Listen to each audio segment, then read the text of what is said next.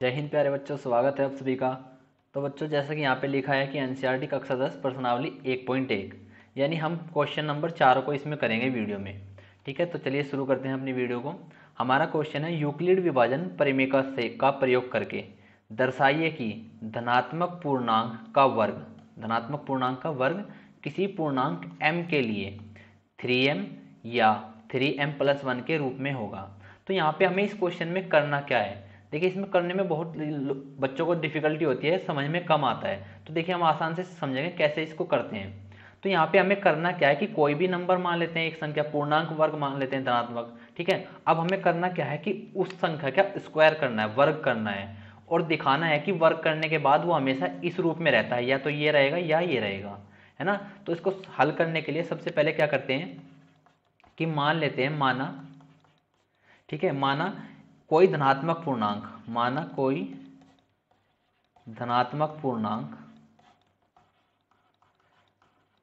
a है। ठीक है, धनात्मक पूर्णांक a मान लेते हैं और यहाँ पे देखिए 3m और 3m+1, तब b बराबर क्या हो जाएगा, और b बराबर 3। ये दो कंडीशन हो गई हमारी कि मान लिया कोई हमने धनात्मक पूर्णांक a और b को दे दिया हमें क्या, यहाँ पे 3 और 3। ठीक है, b की वैल्यू हो गई 3। अब हमें करना क्या है कि अगर ये होगा तो हम जानते हैं किसको, यानी यूक्लिड विभाजन एल्गोरिथम। किसको? यूक्लिड विभाजन एल्गोरिथम। अगर इसकी बात करें यूक्लिड विभाजन एल्गोरिथम क्या होता है, तो यहाँ पे कोई एक ए नंबर होगा पूर्णांक संख्या, इसको हम इस रूप में लिख सकते हैं, a बराबर b(q+r), है ना। जहाँ पे यहाँ क्या क्या वैल्यू होगी, यानी जो q होगा ये जीरो नहीं होना चाहिए, q क्या होगा, जीरो से बड़ा होगा। ठीक है, या जीरो होगा या जीरो से बड़ा होगा, यानी माइनस में नहीं होगा। ठीक है, अब यहाँ पे देखिए ये आ गया। तो यहाँ से अगर हम बात करें इसमें, अगर इसकी वैल्यू हम रखेंगे 3, है ना, a को हम इस रूप में लिखेंगे, तब a अगर यहाँ पे हम इसको लिख दें a बराबर b की वैल्यू रख दें क्या, 3q+r। तो अगर हम इस कंडीशन को रखें तो हमें यहाँ से r की वैल्यू क्या क्या मिल सकती है। देखिए, r की वैल्यू यहाँ से मिलेगी हमें, क्योंकि 3 से किसी संख्या को पूरा विभाजित कर देंगे तो 0, ठीक है, या फिर शेषफल 1 मिलेगा, तो r की वैल्यू मिल सकती है 0। अगर पूरा पूरा विभाजित हो जाएगा तो 0 शेषफल मिलेगा, और पूरा विभाजित करने पर 1 बचेगा तो शेषफल यहाँ पे 1 होगा और 2 होगा। और अगर फिर से 3 आ गया तो ये 3 से पूरा पूरा फिर विभाजित हो जाएगा। तो इसलिए r की वैल्यू हमें ये तीनों मिल सकती है, बस 0, 1 और 2, है ना। यहाँ से हमें मिल गई क्या, r की वैल्यू। तो जो हमारे नंबर हो गए, अब हम देखते हैं हमारे नंबर यानी जो संख्याएं बन गई, इसमें r की वैल्यू पुट कर देते हैं। तो पहली संख्या क्या बनेगी, a बराबर ये बनेगी 3q+0। ठीक है, और दूसरी संख्या क्या बनेगी, a बराबर 3q+1, r का मान 1 रख देंगे, और तीसरी में r का मान 2 रख देंगे, यानी a बराबर 3q+2। ठीक है, अब ये हमारे पास 3 संख्याएं आ गई। अब हमें क्वेश्चन में क्या कहा है, देखिए कोई भी धनात्मक पूर्णांक होगा, ये धनात्मक पूर्णांक है a, इस तरह से लिखे जा सकते हैं। अब ये हो गया, अब हमें क्या करना है कि इनका वर्ग करना है, यानी वर्ग करके हमें देखना है क्या, कि ये हमेशा 3m या 3m+1 के रूप में लिखे जा सकते हैं। तो क्या करते हैं, वर्ग करने पर अब हम सबको अलग अलग करेंगे। ठीक है, इसको यहाँ पे मान लेते हैं, ये ऐसे करेंगे और इनको अलग। ठीक है, तो तब जब अगर इसका वर्ग करेंगे तो यहाँ पे क्या आएगा, a का वर्ग, और राइट साइड में क्या आएगा, 3q का वर्ग, है ना। 0 तो है, 0 का वर्ग हो जाएगा। तो पहले इसको सोल्व करते हैं, 3q का वर्ग क्या आएगा, यानी 3 का वर्ग और यहाँ पे q का वर्ग। तो यहाँ से जो वैल्यू मिलेगी आ जाएगी क्या, इसको हम लिख देंगे 3 का वर्ग हो गया ना यहाँ पे, और ये क्या हो गया, q का वर्ग। तो यहाँ पे हम क्या लिख सकते हैं, 3 × 3, ठीक है, ये लिख सकते हैं, और q का वर्ग ये संख्या लिख सकते हैं पूरी तरह से। ठीक है ना, क्योंकि 3 को 2 बार लिख सकते हैं, ऐसे ऐसे हमने लिख लिया।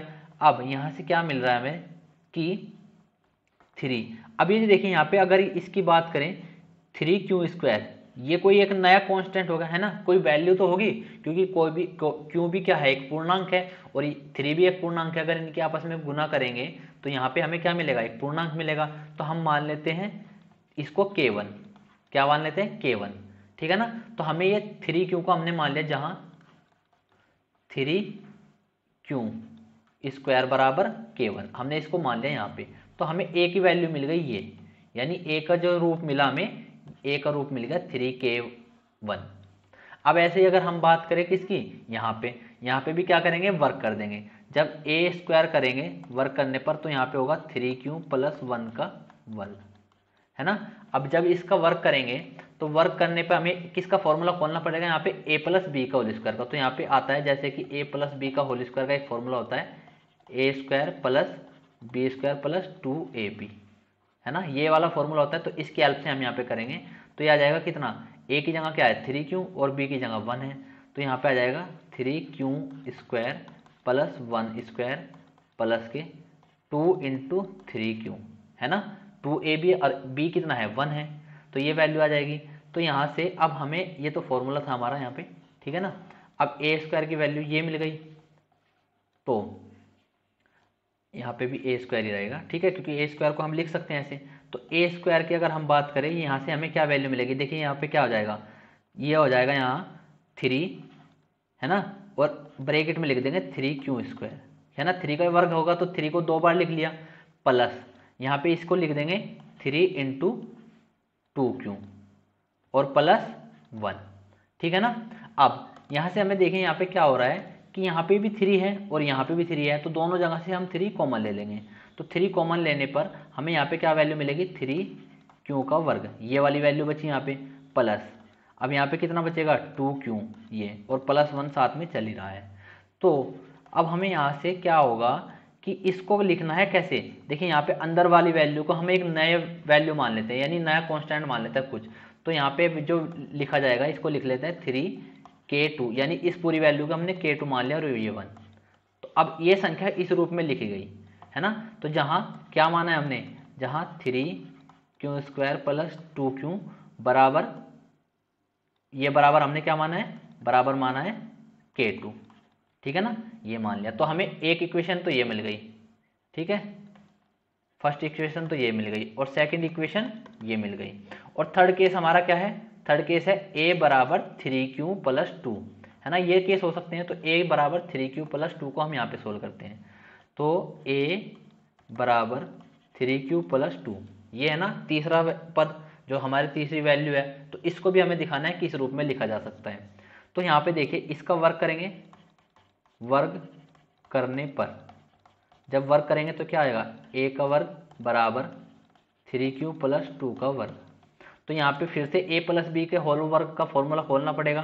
तो ये क्या आ जाएगा 3q का वर्ग प्लस के 2ab, यानी 2 × a क्या है 3q × b क्या है 2, है ना, प्लस अब ये b का वर्ग, ये आ गया वैल्यू निकल के। अब इसको हम कैसे लिख सकते हैं, इसको हम ये लिख सकते हैं कि 3 का वर्ग यानी 3 × 3q का वर्ग, दोनों का वर्ग हो जाएगा ऐसे, प्लस यहाँ पे लिख लेंगे 3 × 2q प्लस, है ना, 2 ये है 2 है यहाँ पे, तो ये 4 हो जाएगा, यहाँ पे क्या हो जाएगा 4q। अब प्लस अब ये क्या आ जाएगा 2 × 2 कितना, यहाँ पे आ जाएगा 4, है ना, ये 4 आ गया। अब देखिए अगर हम इसकी बात करें तो हमें क्या करना है, इसको किस फॉर्म में लिखना है, तो हम इसको लिख सकते हैं यहाँ पे a² बराबर 3 × 3q का वर्ग प्लस 3 × 4q प्लस 4 को हम लिख सकते हैं 3 + 1, है ना, इतना लिख सकते हैं 4 को ऐसे ब्रेक करके। तो हमने इसी को क्यों लिखा, क्यों, क्योंकि हमें यहाँ से दिख रहा है कि तीनों में से 3 कॉमन आ जाएगा, 3 बाहर आ जाएगा ओवेनिस्ट के रूप में। तो अब हमारी वैल्यू क्या बचेगी, ये बचेगी 3, है ना, यहाँ पे कॉमन आ गया तो ये बचेगा 3q² + 3, तो बाहर आ गया, यहाँ पे 4 बचेगा 4q प्लस यहाँ पे 3 बाहर आ गया 1 और प्लस 1 साथ में चल ही रहा है। तो अब हमें क्या करना है, देखिए यहाँ पे एक नया कांस्टेंट आ गया, यानी इसकी सोल्व करने पे हमें वैल्यू ही मिलेगी कुछ ना कुछ। तो इसको मान लेते हैं हम क्या, इसको एक नया कांस्टेंट मान लेते हैं k3 + 1।